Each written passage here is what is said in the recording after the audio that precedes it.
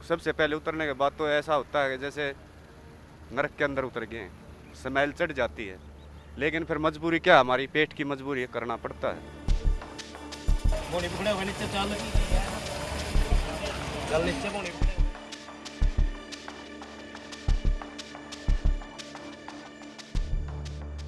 मैं 15-16 साल से काम करता हूँ साफ सफाई का। इसकी सफाई करनी पड़ती है। ये सफाई करने के बाद फिर ये मशीन की भौनी लगानी पड़ती है, जब यह मशीन चलती है।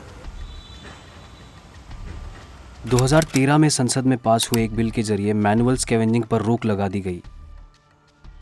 इस बिल के तहत बिना सेफ्टी किट के अगर कोई सीवर या सेप्टिक टैंक को साफ करता है तो उसे अपराध माना जाएगा। 10 साल बाद भी सीवर और सेप्टिक टैंक की सफाई के चलते लोग अपनी जान गंवा रहे हैं।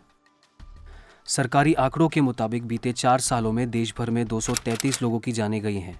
इनमें से 2022 में देश भर में 48 तो वहीं सिर्फ हरियाणा में 13 लोगों की मौत सेप्टिक टैंक और गटर साफ करने के दौरान हुई। यानी मौतों के मामले में देश भर में हरियाणा टॉप पर है। न्यूज़ लॉन्ड्री की टीम ने राज्य के 3 जिलों रोहतक, झज्जर और हिसार का दौरा किया और ज़मीनी हकीकत जानने की कोशिश की कि आखिर यहाँ के सीवर सिस्टम्स कैसे काम करते हैं और क्यों यहाँ के लोग लगातार अपनी जान गंवा रहे हैं। जून 2022 में 15 साल के रवीश और अरविंद की हरियाणा के झज्जर में सेप्टिक टैंक में बेहोश होने के बाद मौत हो गई। शाम तक होता था ये सीवर का निकालना, पानी निकालना, तो भीतर जाता था खाली करने के लिए।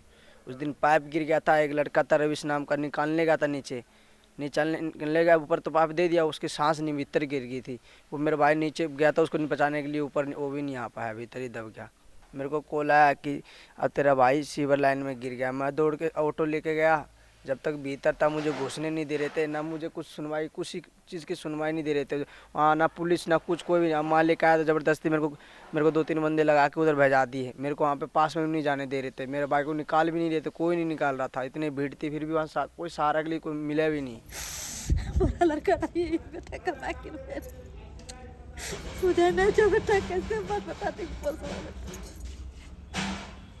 वो ट्रैक्टर चलाता था, वो जो सप्लाई होता है ना, उसी से गिरा। तो उसी के साथ भैया, अरविंद भैया के साथ गए था। फिर पहले मेरे भाई गिरा, तब फिर अरविंद भैया गिरे थे। उसकी वो गिरने के बाद उसको थोड़ा अंधेरा सा आया, चक्कर आया, उसमें गिर गए थे। फिर भैया जाके गिरे, अरविंद भैया गए उसके अंदर, तो भैया भी उसी में गिर गए थे। 15 साल का था, मैं सबसे छोटा था। वो ये काट लेती, थोड़ा कमरा किराया खर्चा चल जाता है। पब्लिक हेल्थ डिपार्टमेंट में कार्यरत एक इंजीनियर के मुताबिक ऐसी सभी मौतें सीवर में हाइड्रोजन सल्फाइड गैस निकलने के कारण होती है। यह गैस इतनी खतरनाक होती है कि अगर व्यक्ति को समय पर बाहर ना निकाला जाए तो उसकी मौत होना निश्चित है। अरे एक बार वीडियो भेजूं मैं, तो जल्दी है भाई साहब, ने वीडियो बना रखी है यार।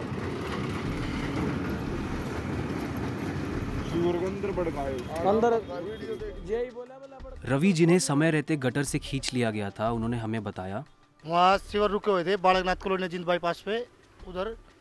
तो ये बोला ये किसी भी हालत में लाइन खुलनी चाहिए, तो इसमें बढ़ के करो या भाई कैसे करो, आज ये करो। उन्होंने हमारे ऊपर प्रेशर डाला तो मैं अंदर चला गया और अंदर मेरा गैस लग गई। सर हमने मना कर दिया था, सर हम नहीं बढ़ते, हमारे पास कोई चीज़ ही नहीं है, कोई सेफ्टी किट नहीं है, तो हम कैसे बढ़े इसके अंदर। बोला ज़्यादा गहरा नहीं है, बढ़ जा इसके अंदर, नहीं तो फिर हमने घर भाग जा, ऐसे ही बोला था सर। फिर अपने पेट के लिए हमने बढ़ना पड़ा सर। फिर उसके बाद वो हादसा ही हो गया।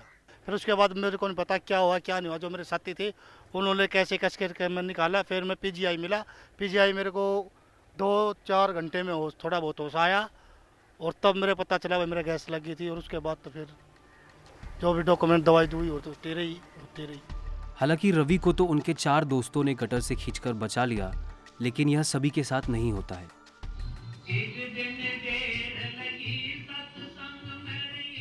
उस दिन वो ड्यूटी पे गया था, उन्होंने बुला लिया रात के टाइम।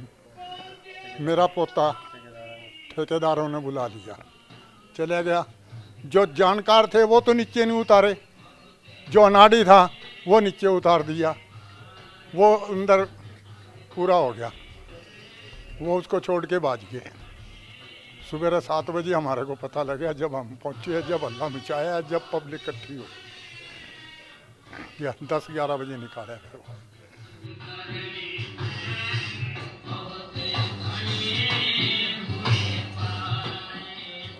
वो ख़त्म होने के बाद वो तो सारे लड़के, एक लड़का ने कोशिश करी थी निकालने की, उसको भी गैस लग गई थी, वो भी सिविल हॉस्पिटल में दाखिल था। तो उन्होंने एक समझदारी करी, आगे ये अपनी पैड होती है एक, वो पैड अगले सीवर में लगा के वो वहाँ से चले गए, ढक्कन कर दिया बंद। तो वो सुबह जैसे भी पानी का बहाव चला ना, वो अगले मैन होल में निकला, वो पैड के आगे फंस गया, नहीं वो आगे चलता रहता। रिकॉर्ड में केस चल रहा है ये भी नहीं पता मेरे को, सही बताऊँ तो 2 साल हो गए हैं। 2 साल में ना तो मेरे को ये पता कि वकील कौन है, ना कभी कोर्ट से मेरे को कोई नोटिस आया भाई ऐसे ऐसे आपके भाई का केस है, ना पहले आया था जब ये हादसा हुआ था और ना अब तक आया। यह मौतें सीवर में तो होती ही है, लेकिन इसके अलावा सीवर ट्रीटमेंट प्लांट में भी मरने वाले लोगों की संख्या कम नहीं है।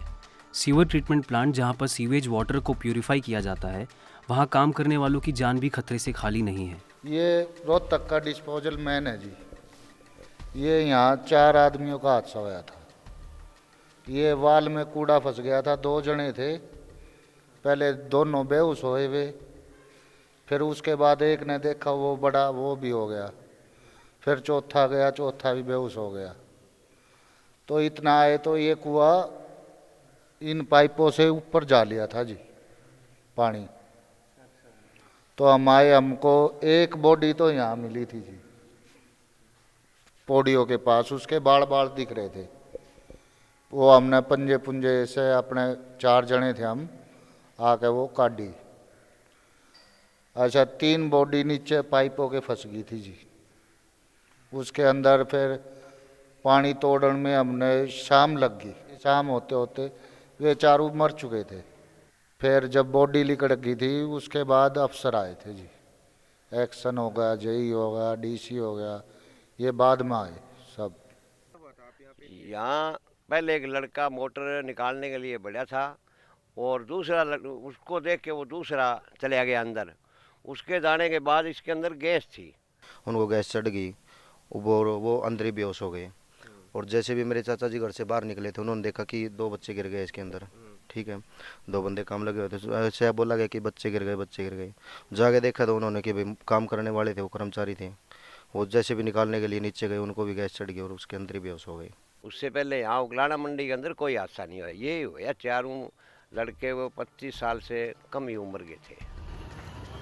यही नहीं, जो लोग इससे बच जाते हैं उनकी ज़िंदगी पहले जैसी आसान नहीं रह जाती है, क्योंकि यह जहरीली गैस व्यक्ति पर ज़िंदगी भर के लिए अपना असर छोड़ देती है। जैसे उन्हें आंखों की दिक्कत, चर्म रोग, सांस लेने में तकलीफ समेत कई स्वास्थ्य संबंधी बीमारियां जिंदगी भर के लिए घेर लेती हैं। हाँ, ये सीवर में काम करने की वजह मेरे पता नहीं गैस से प्रॉब्लम है, ये कैसे मेरी आवाज़ भी खराब हो गई है और पैरों में भी दिक्कत आई हुई है। लोग देखते हैं तो न सोचते हैं ये शराब पी रहा है, फिर मैं शराब नहीं पीता, न सिगरेट। मैला ढोते हुए जिन लोगों को 10 साल से ज़्यादा हो गए हैं, उन्होंने हमें अपनी कई डरावनी कहानियाँ सुनाई।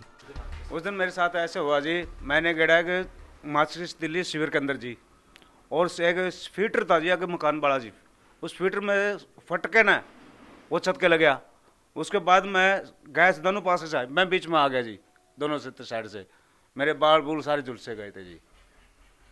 बस फिर ये मोतिलवार गली में हुआ था जी। हाँ जी, फिर घर का फीटर तो फटा था, मैंने शिविर में माचिस तीली कर दी, जैसे आग लगी ना वो फीटर जाकर आगे पड़ दिया, वो छत में लग गया जाके जी, है अब भी निशान है उसके अंदर, छत के अंदर जी। हमने हरियाणा पब्लिक हेल्थ डिपार्टमेंट के उच्च अधिकारियों से बात करने की कोशिश की, लेकिन उनका कोई जवाब नहीं मिला। हालांकि हिसार जिले के एक अधिकारी एसके त्यागी से हमने जिले में हुई घटनाओं के बारे में बात की। ऑनरेबल हाई कोर्ट और ऑनरेबल सुप्रीम कोर्ट की डायरेक्शंस हैं, उसके हिसाब से तो पूरी तरह से जो मैनुअल स्ट्रेंजर्स है वो पूरी तरह से ख़त्म है। और अगर किसी एक्स्ट्रा ऑर्डिनरी या एक तरह से मैं ये कहना चाहूँगा कि इस तरह की कंडीशंस हैं कि जिसके बाद हमारे पास कोई ऑप्शन नहीं बचता, उस स्थिति में अगर कोई इस तरह की स्थिति होती है तो it must be executed with full protections, safety equipments के साथ, वेल ट्रेंड पर्सन्स के साथ हमें ये कार्यवाही करनी चाहिए। हिसार में जो अभी आपने 2 घटनाओं के बारे में जो मुझे जिक्र किया, बुड्ढा खेड़ा घटना और एक ये लाहौरिया चौक वाली घटना। तो जहाँ तक बुड्ढा खेड़ा की घटना की बात है तो वो तो एक तरह से देखा जाए तो उसमें जो एक नेग्लिजेंसी ऑफ द पर्सन्स की बात थी कि वो लोग आगे वहाँ पे और आने के बाद वो एक प्रोहिबिटेड एरिया में एंटर्ड हुए और एंटर्ड होने के बाद जैसा कि मैंने सुना है कि उनका कोई किसी तरह का कोई वस्तु जो थी वो उसमें टैंक में गिर गई और उसको उठाने के चक्कर में वो एक उनकी डूबने की घटना हुई है। लेकिन जो लाहौरिया चौक की घटना हुई थी, ये घटना जो थी ये एक सीवरेज क्लीनिंग के दौरान मशीन के इंस्टॉलेशन के समय पे जो सेफ्टी इक्विपमेंट उन्होंने जो बाद में जब हम उनको उसको जो बॉडी रिकवर की गई है तो सेफ्टी इक्विपमेंट भी रिकवर हुए हैं जैसा कि उस समय पे भी वहाँ पे हमने देखा था। तो ये घटना उस समय पे जो सबसे बड़ी घटना का इसका कारण यही था कि हम लोग ओवर कॉन्फिडेंस हो जाते हैं या नेग्लिजेंसी कर देते हैं या सेफ्टी एपरेटस होने के बाद भी उनको हम यूज़ नहीं करते। इस तरह की जो घटनाएं हैं ये घटनाएं ये मान की जाती हैं कि इस तरह की घटनाएं नहीं होनी चाहिए।